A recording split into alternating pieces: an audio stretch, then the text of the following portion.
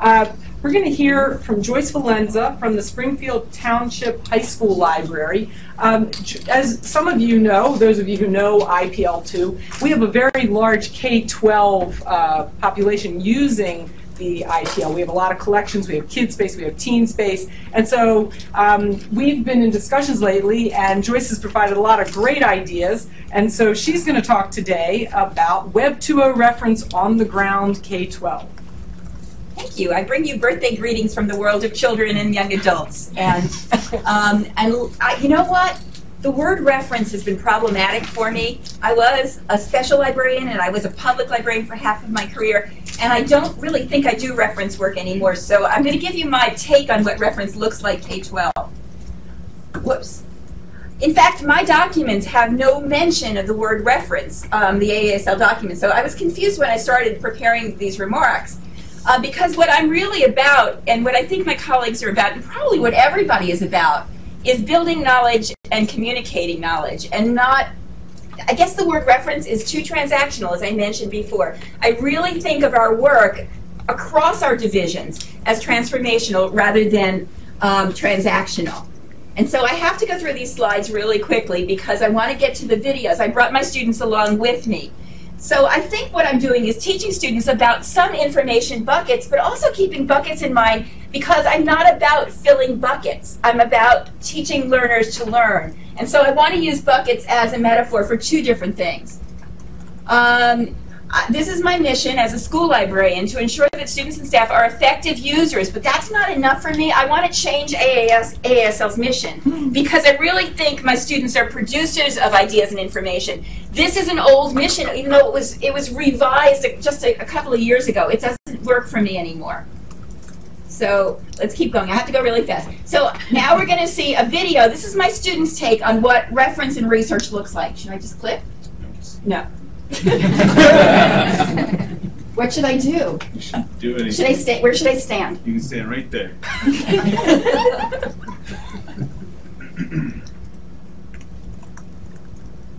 Do I lose minutes now? This is part of a full-length feature film made by my students. Why, hello there. How are you doing on such a fine day? I was wondering if you knew how long it takes to see the Wizard of Oz. You see, I have a problem and I really do need an answer. Oh, I see. Well, I have to write this paper, and I don't even know where to begin. I've been looking at websites for information, research, and scholarly sources, but I just don't know if I'm doing the right thing. I'm so flustered. I mean, I have so much work to do. Just gonna sing but along not if you nearly like. enough time to complete all of it. I could make use of my hours searching on the browsers using Google Maps. But the sources I could find and have been wasted all my time, oh, if I only had the app. I'd unravel every riddle for every individual online with my mind maps. Search tools, they keep growing, databases are still blowing when you have the research app. Garbage in and garbage out, triangulation is the key. All those many information feeds, evaluate and rate. Google's wonder is a wonder, but don't you make a blunder. Use Wiki's blog. So now, interact with your data and you'll soon be out of beta when you have the research app. Okay. Those are some of the things my kids are thinking about. See, the wizard can't help you too.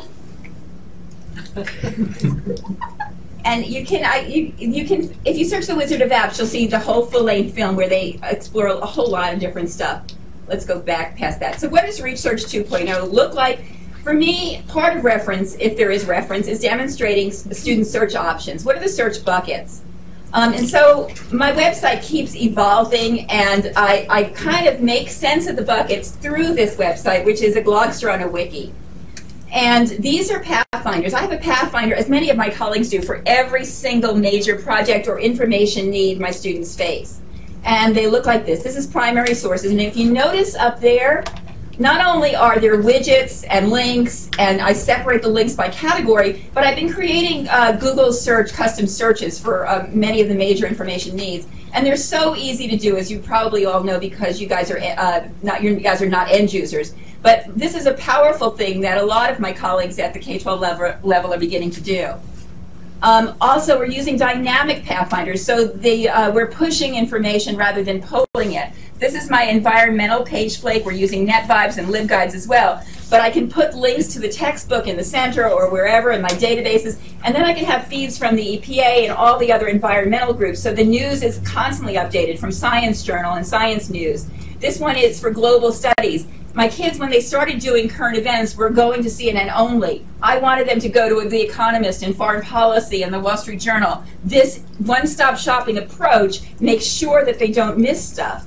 So I got them going for many of the major subjects. This is French. Notice the French textbook is in the center. Le Monde and Figaro and all the other sources that push French content to them comes up automatically and dynamically. And what we do is we model that for students so that when they set up their own information spaces, say they're a student of French, they can set up an iGoogle page that's not broadcast but responds to their personal information needs.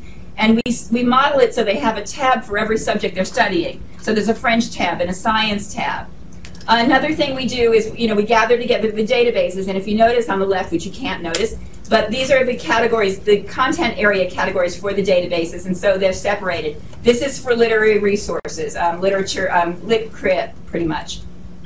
We teach them how to get RSS feeds so that they're pushing information on their own from the various databases that they're using. We grab all the database widgets that we can and we put them everywhere, and we encourage them to take the widgets and put them on their Facebook pages. Gale widgets are available, of course, and ProQuest widgets are available, of course. We want them to manage their own information needs. We grab the things that are relevant from the Time widget builder, and we have the kids put them in their research wikis. We have them embed books all over the place. So Google Books are all over my student wikis and all over my pages. So if they're studying Shakespeare, the play is actually embedded in the wiki that has the lesson. The research guide is online, so that's always available to them 24/7. A lesson on scholarly, popular, all my lessons are online and available. This is the bucket lesson. This is my search tool homepage, but I don't think it was pretty. So I decided to play with what a search tool homepage was. One of the things the kids didn't get was all of the Google hidden features. So this is a poster that pops out all the features that were in labs and in more and even more and makes them really available. Google hasn't done this, so we have to do this for Google.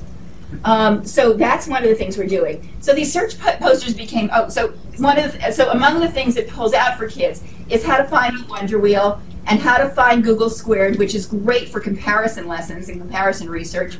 And also the Google News Timeline, which my kids live on. It's probably one of their favorite tools for getting context and vocabulary relating to historical research.